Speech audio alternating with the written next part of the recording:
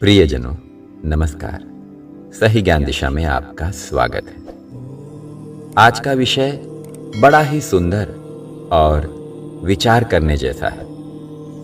हमारा मन, जहां से अनेक प्रकार के विचार निकलते हैं, कभी अच्छे विचार तो कभी बुरे। जिसकी दुर्मति होती है वह हर समय दुर्विचारों से ही घिरा होता है। जिसकी सुमति होती है वह सुविचारों से घिरा होता है। मन को लेकर कबीर जी के अनगिनत दोहे हैं। इस वीडियो में हम 3 दोहों पर चर्चा करेंगे। पहला दोहा है, कबीर मन तो एक है, भावै तहां लगाओ। भावै गुरु की भक्ति करो, भावै विषय कमाओ। अर्थात कबीर जी कह रहे हैं, मन तो एक है, जहां अच्छा लगे वहां लगाओ। चाहे गुरु की भक्ति करो, चाहे विषय विकार में लगाओ। मनुष्य का मन पाप में सहज ही प्रवृत्त हो जाता है। अगर किसी को कह दो कि भगवान का नाम लिया करो तो कहेगा, मैं जानता हूं। लेकिन उसी को गाली दे दो तो आग बबूला हो जाएगा। इस बात से पता चल जाता है कि वह भगवान के नाम से कम और गाली से भली भांति परिचित है। कबीर जी ने इस दोहे में कहा है, मन को जहां चाहो वहां लगा सकते हो, जहां तुम्हें अच्छा लगे।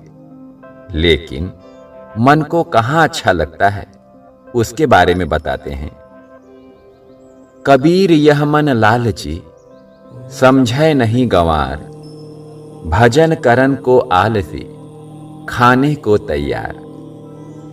अर्थात यह मन लालची और मूर्ख है, सत्य को समझता नहीं, भजन करने में आलस्य प्रकट करता है और तीनों समय खाने के लिए तैयार रहता है। कबीर जी ने बिल्कुल सत्य कहा है। यदि भगवान नाम जप करना हो तो हमें नींद आने लगेगी, लेकिन फिल्म देखना हो तो मन में रुचि उत्पन्न हो जाती है। यह सारा संसार लालची मन का मूर्खतापूर्ण प्रयोजन है। इसे जो अच्छा लगता है वह करवा लेता है। इसका स्वभाव मतवाले हाथी जैसा है। तीसरे दोहे में कबीर जी कहते हैं, कबीर मन ही गयंद है, अंकुश दय दय राखो। विष की बेली परिहरो, अमृत का फल चाखो।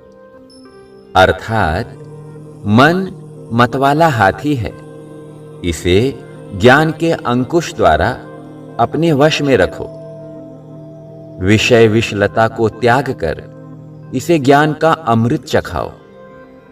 दोहे का भावार्थ है, जीव अर्थात मनुष्य मन रूपी हाथी पर बैठा है।